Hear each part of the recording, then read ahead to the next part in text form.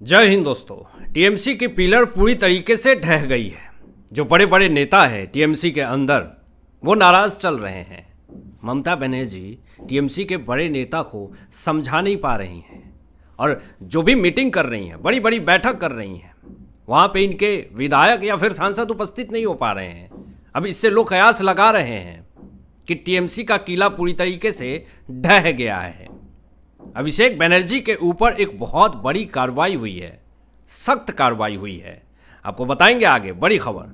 और दिल्ली से संपत्ति जब्ती को लेकर के भी बड़ी खबर सामने आ रही है और उत्तर प्रदेश से इनकाउंटर में ढेर एक कुख्यात अपराधी को लेकर के भी बड़ी अपडेट आ रही है सामने, जो मैं आपको आगे बताऊंगा। लेकिन पश्चिम बंगाल के अंदर जिस तरीके से ताबड़तोड़ एक्शन है और जिस तरीके से टीएमसी के बड़े बड़े नेता गिरफ्तार हो रहे हैं, समस्याएं अभिषेक बनर्जी के ऊपर भी आ गई है। आपको बता दें, फर्जी सिग्नेचर मामले में अभिषेक बनर्जी को सीआईडी का तीसरा नोटिस जारी कर दिया गया है और कहा गया था कि 9 जून को किसी भी हालत में आपको उपस्थित होना है।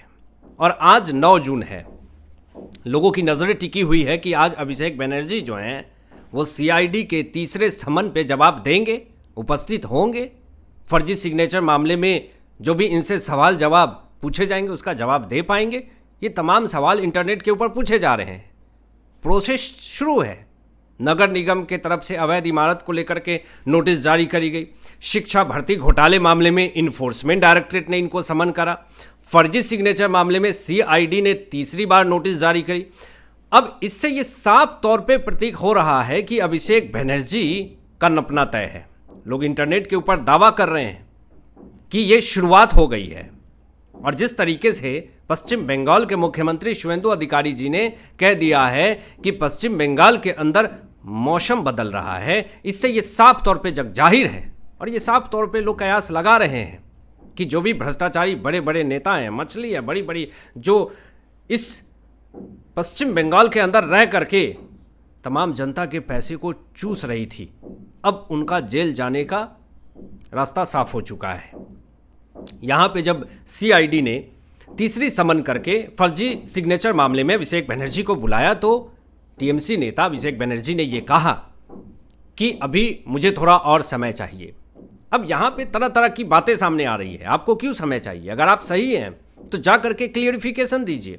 अभिषेक बनर्जी को ऐसा लगता है कि अगर समन करने पे अगर मैं उपस्थित होऊंगा तो मुझे डिटेन कर लिया जाएगा, मुझे डिटेन करके पूछताछ की जाएगी, मेरा समय खराब किया जाएगा। ऐसी तमाम बातें उनके समर्थक नहीं चाहते हैं कि अभिषेक बनर्जी किसी भी समन का जवाब दें।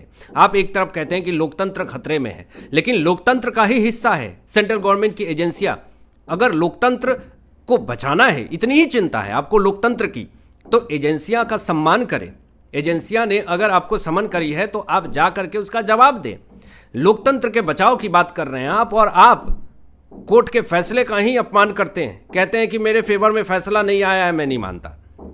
जब आपको समन किए गए, आप समन से बच रहे हैं और समय चाहिए। लोग कह रहे हैं कि अपने वकील से पहले राय मशवरा करेंगे, कपिल सिब्बल, अभिषेक मनु सिंघवी से बात करेंगे, पूरा मामला बताएंगे, उनको समझाएंगे कि देखिए क्या क्या हुआ था, ऐसे ऐसे हुआ है, अब कैसे बचना है, ये सब करेंगे। उसके बाद ही तो हम जाएंगे वहाँ पे।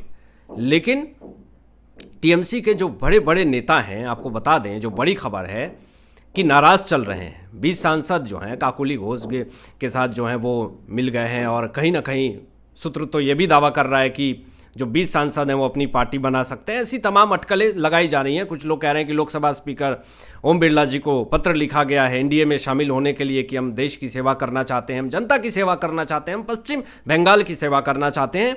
ऐसी जिज्ञासा जाहिर करी काकोली घोष जी ने। लेकिन आपको बता दें, यहाँ पे सबसे बड़ी बात यह है कि बीजेपी में आने के लिए सबसे पहले आपके क्रिमिनल रिकॉर्ड चेक करने पड़ेंगे कि आपके क्रिमिनल रिकॉर्ड कोई है या नहीं। तो उन सब चीज़ों का जायजा लिया जा रहा है। यहाँ पे तो ये भी अभिषेक बनर्जी को लेकर के कही गई है बातें। कुछ बड़े बड़े लीडर टीएमसी के, उन्होंने ये कहा कि एक बच्चा हमें बताएगा कि कैसे हमें राजनीति करनी है, क्या बोलना है, कैसे करना है। अभिषेक बनर्जी को लेकर के कही गई। कुछ विधायकों ने तो यहाँ तक आरोप लगा दिया कि ममता बनर्जी और उनके तमाम नेताओं की तरफ से हमें यह कहा गया कि अभिषेक बनर्जी जब बोले तो खड़े होकर के तालियां बजाइएगा। ऐसी ऐसी भी बातें सामने आ रही हैं। कुछ लोग तो ये भी कह रहे हैं कि जब तक अभिषेक बनर्जी को टीएमसी से नहीं हटाया जाता है तब तक टीएमसी का जो है नैया पार नहीं होगा, सुपड़ा साफ हो जाएगा। तो इस तरह की बातें जो सामने आ रही है, और जब से कटमनी, जबरन वसूली, भ्रष्टाचार के मामले, शिक्षा भर्ती घोटाले मामले में, या फिर जो सेंट्रल गवर्नमेंट की जो बेनिफिट्स हैं जो जनता को नहीं पहुंची है, वो तमाम पैसे टीएमसी के नेताओं ने जो डकारे हैं, वो सब मामले जब सामने आ रहे हैं, तो जो ईमानदार नेता हैं, जो सच में पश्चिम बंगाल की जनता के लिए कुछ सेवा करना चाहते हैं, कुछ करना चाहते हैं, उनको बड़ी तकलीफ हुई और वो टीएमसी को छोड़ करके एक ऐसी पार्टी ज्वाइन करना चाहते हैं, एक ऐसी विचारधारा, एक ऐसी सोच के साथ जुड़ना चाहते हैं जिससे देश की सेवा हो, पश्चिम बंगाल की जनता की सेवा हो। लेकिन वो टीएमसी नहीं कर रही थी। और आपको बता दें, जो बड़ी खबर सामने ये आई है कि टीएमसी पार्षद लगातार इस्तीफा दे रहे हैं, टीएमसी के बड़े बड़े नेता इस्तीफा दे रहे हैं, विधायक, सांसद इस्तीफा दे रहे हैं, इनके प्रवक्ता इस्तीफा दे रहे हैं, टीएमसी के बड़े बड़े नेता भ्रष्टाचार मामले में गिरफ्तार हो रहे हैं। और अभी टीएमसी पार्षद बप्पादित्य दास गुप्ता जो है गिरफ्तार हो गए हैं और इनके ऊपर अंडे फेंके गए हैं। आपको बता दूं यहाँ पे कि ये जो टीएमसी पार्षद है बप्पादित्य दास गुप्ता, इसके ऊपर आरोप जबरन वसूली का आरोप है। अब आपको बताना पड़ेगा कि आप किस लोकतंत्र के बचाव की बात कर रहे थे। आप कौन सी लोकतंत्र को कह रहे थे कि पश्चिम बंगाल के अंदर खतरा है। आपके नेता बप्पादित्य दास गुप्ता से आप पूछिए कि वो जबरन वसूली क्यों करते थे, वो क्यों पश्चिम बंगाल की जनता के पैसे को ढकार लेते थे। जब सेंट्रल गवर्नमेंट की बेनिफिट्स जब आती थी तो ये सारे लोग क्यों जनता के पैसे को लूटते थे। ये आप लोकतंत्र की बचाव की बात करते हैं। ऐसे सवाल पूछे जा रहे हैं और टीएमसी के पास इसका जवाब नहीं है। अब इसका भी जवाब दीजिए आप कि टीएमसी नेता शेख शाहजहां के 4 करीबी गिरफ्तार हुए हैं, पुलिस उठा करके ले गई है, टांग के ले गई है, जिसमें 2 फरार है।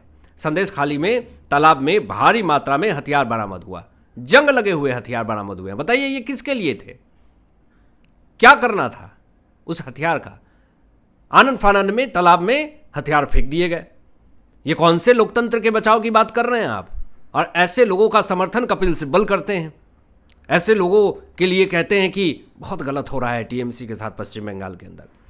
आपको बता दें कि जहां जहां बीजेपी की सरकार आई है, अवैध प्रवासी को लेकर के, अवैध इमारत को लेकर के हमेशा से बीजेपी ने काम किए हैं। और दिल्ली से जो बड़ी खबर आ रही है अभी, इससे पूरी तरीके से एक लॉबी, एक इकोसिस्टम जो है वो पूरी तरीके से हिल गया है, कांप रहा है इकोसिस्टम। उनके पास बोलने के लिए शब्द नहीं है। ये जो कॉकरोच, गंदे नाली के कीड़े जो लोग आजकल पनप रहे हैं, ऐसे ऐसे इंटरनेट पे जो दावा किए जा रहे हैं, ये लोग चाहते हैं कि नेपाल और बांग्लादेश में जिस तरीके से जनजी को भड़का करके सत्ता परिवर्तन करवा दिया, वैसे ही भारत के अंदर करवा दे। लेकिन ये असंभव है। ऐसे लोगों को घसीटते हुए, दौड़ाते हुए दिल्ली की पुलिस ने अच्छी खातिरदारी करी। और आपको बता दें कि दिल्ली के अंदर जो अवैध प्रवासी हैं, जनजी के नाम पे जो दंगा भड़काने की कोशिश कर रहे हैं, दिल्ली की सीएम रेखा गुप्ता जी ने ऐसे लोगों का बहुत अच्छा इलाज किया है। बता दें कि 6 दिन में 94 इमारतें गिराई गई है और ये सारे अवैध इमारत है, जिसमें कि 114 संपत्ति की जब्ती भी हुई है। ये बड़ी खबर सामने आ रही है। अवैध निर्माण के खिलाफ दिल्ली में बीजेपी की सरकार जो है ताबड़तोड़ एक्शन कर रही है। अब इससे एक यही प्रतीक होता है कि बीजेपी जो है वो किसी भी राज्य में अगर सरकार है बीजेपी की, तो अवैध इमारत, जबरन वसूली, कटमनी, भ्रष्टाचार, जनता के पैसे को जो लूटे हैं, सबके खिलाफ एक्शन करेगी। अवैध प्रवासियों का सबसे पहला एजेंडा, सबसे पहला मिशन है, गोल है। बीजेपी सबसे पहले भारत देश से अवैध प्रवासियों की समस्या को खत्म करना चाहती है। और ये इसलिए भी सबसे बड़ा मुद्दा है, सबसे सोचनीय मुद्दा है कि कोई भी भारत देश के अंदर भ्रष्टाचार करके, मर्डर करके, किसी के साथ गलत काम करके वो बांग्लादेश भागता है, विदेश फरार हो जाता है। तो सबसे पहले बांग्लादेश से जो आए हुए हैं या फिर बांग्लादेश भागने की जो कोशिश कर रहे हैं, उस बॉर्डर को सबसे पहले सील करना है। अभी देखिए, यहां पर पश्चिम बंगाल के मुख्यमंत्री शुवेंदु अधिकारी जी ने तो साफ तौर पे ये स्टेटमेंट जारी कर दिया है। क्या स्टेटमेंट जारी किया है? ये कहा है कि हम योगी मॉडल अपनाएंगे पश्चिम बंगाल के अंदर। 2019 में जो सरकारी संपत्तियों का नुकसान हुआ है, उन दंगाइयों की लिस्ट निकाल करके हम एक एक दंगाइयों से वसूलेंगे। और सिर्फ यही नहीं, अभी देखिए एक बड़ी खबर उत्तर प्रदेश से आई है। उत्तर प्रदेश की एसटीएफ ने एक बड़ी कार्रवाई की है दोस्तों। आज योगी आदित्यनाथ जी का सैंपल लिया जाता है। जहां पे भ्रष्टाचार बढ़ गए हो, जिस भी राज्य में आतंक बढ़ गया हो, डकैती बढ़ गई हो, या फिर गलत काम करने वाले जो बच्चियों के साथ करते हैं वो बढ़ गया हो, या फिर जो हिंसा दंगा ये तमाम चीज़ें अगर बढ़ गई हो, भ्रष्टाचार बढ़ गया हो, तो फिर ऐसे में योगी आदित्यनाथ जी का सैंपल लिया जाता है कि आखिर वो उत्तर प्रदेश के अंदर कैसे काम कर रहे हैं। अभी देखिए एक बड़ी खबर आई, कुख्यात बदमाश भानु प्रताप सिंह इनकाउंटर में मारा गया है। ये बड़ी खबर सामने आ रही है। 2 लाख रुपए का इनाम था इसके ऊपर। 40 केस दर्ज थे दोस्तों। ये 40 केस ऐसे दर्ज थे जो कि भानु प्रताप सिंह खुद को बचाने के लिए दर बदर भटक रहा था। ये इसकी फोटो देखिए आप स्क्रीन पे। आपको बता दें कि इस भानु प्रताप सिंह जिसको इनकाउंटर में ढेर किया गया है, इसके पास से AK-47 भी बरामद हुए हैं। ये कॉन्ट्रैक्ट किलर था। कॉन्ट्रैक्ट लेकर के ये लोगों को ख़त्म करता था। ऐसे लोगों को जिंदा रहने का भारत देश के अंदर कोई हक नहीं है। ये मासूम बेगुनाह लोगों को ख़त्म करते हैं ऐसे लोग। तो ऐसे लोगों को सीधा ऊपर का टिकट देने का काम, वो भी free of cost, Yogi Adityanath की सरकार उत्तर प्रदेश में दे रही है। अब आपकी क्या सोच है इन तमाम विषयों पे अपनी विचार व्यक्त कीजिएगा और मिलते हैं लेटेस्ट ब्रेकिंग एनालिसिस के बाद। तब तक अपना ध्यान रखें, ख्याल रखें। सत्यमेव जयते। जय हिंद।